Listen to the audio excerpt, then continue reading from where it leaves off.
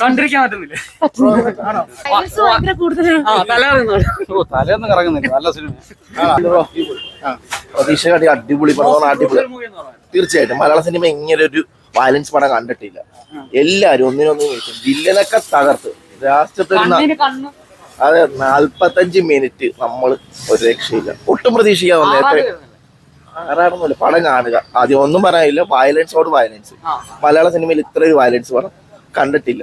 ഉണ്ണിമുന്തനായിട്ട് ജഗദീഷായിട്ട് എല്ലാരും ഒന്നിനൊന്നിനും മരിച്ചു തകർ. പിന്നെ വില്ലനാടോ കെബീർ അവൻ പൊള്ളിച്ച് ലാസ്റ്റത്തെ ഒരു 45. പറഞ്ഞല്ലോ 18 വയസ്സിന് താഴെയുള്ള പിള്ളേർ കാണരുത്. ശരിയാണ്, അമ്മാ രീതി. പിന്നെ എന്റെ സംവിധായകൻ അയാൾ നല്ല ശരിക്കും എന്നെ പണി വെച്ചിരിക്കുക. അത് തന്നെ അതേ പറയാനുള്ളൂ. അടിപൊളി പടം, ഒന്നും മറച്ചു വെച്ചിട്ടില്ല. ഇല്ല, അത് കാണണം. വയലൻസ് ഇങ്ങനത്തെ ഒരു പടം അടുത്ത സംവിധായകർക്ക് ഒരു മോട്ടിവേഷൻ അല്ലെങ്കിൽ ചെയ്യാനുള്ള ഒരു പ്രചോദനമാണ്. അമ്മ രീതി എടുത്തു വെച്ചിട്ടുണ്ട്. അത്ര ധൈര്യത്തോടെ ചെയ്തു. തകർപ്പം പടം. ഒരു ആവറേജ് ആയിട്ടാണ് ഫസ്റ്റ് ഹാഫ് എനിക്ക് തോന്നിയത്. പക്ഷെ സെക്കൻഡ് ഹാഫ് ഭയങ്കര ബ്ലഡ് ബാത്ത് ആണ്. ചോര കുളിച്ച് നിൽക്കുക.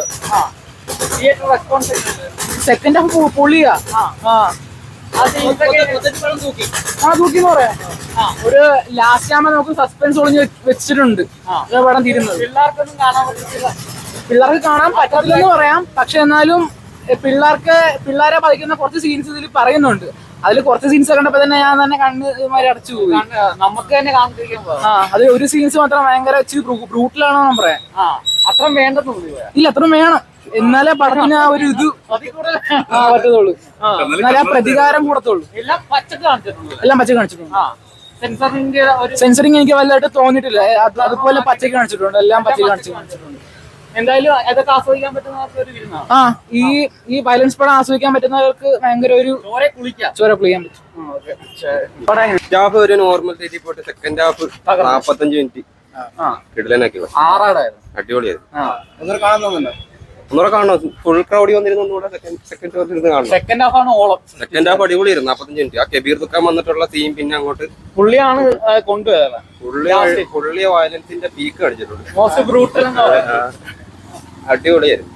ഫസ്റ്റ് ഹാഫിന് മുമ്പുള്ള ഇൻട്രോയിൽ പഞ്ച് അടിപൊളിയായിരുന്നു. പിന്നെ ഉണ്ണിമുന്തൻ ഇൻട്രോ യാതൊരു സെൻസറിങ്ങും ഒന്നുമില്ല. സെൻസറിങ് ചെറുതായിട്ട് കട്ട് ചെയ്തിട്ടുണ്ടെന്ന് തോന്നുന്നു. ട്രിം ചെയ്തിട്ടുണ്ട്. വയലൻസിന്റെ പീക്ക് കാണിച്ചിട്ടുണ്ട്. അടിപൊളിയായിരുന്നു. Most violent movie. നല്ല പടമാണ്. ഫസ്റ്റ് ഹാഫിൽ ഒരു ചെറിയ മടുപ്പുണ്ട്. പക്ഷെ ക്ലൈമാക്സ് തീർത്തിട്ടുണ്ട്. വയലൻസ്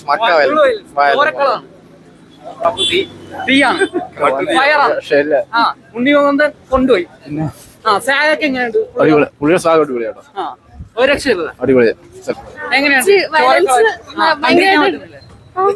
കണ്ടിരിക്കും. ഫാമിലിയായിട്ട് കാണാൻ കൊള്ളത്തില്ല. ചേച്ചി ഒരു മനക്കെട്ടിയുള്ള ആളാണെന്ന് മനസ്സിലായി. അത് വയലന്റ്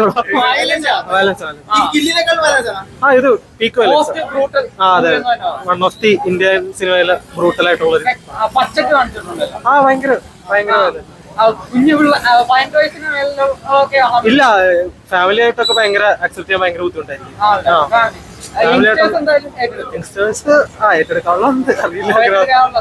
സ്ക്രിപ്റ്റ് ഭയങ്കര വീക്കായിട്ട് തോന്നി.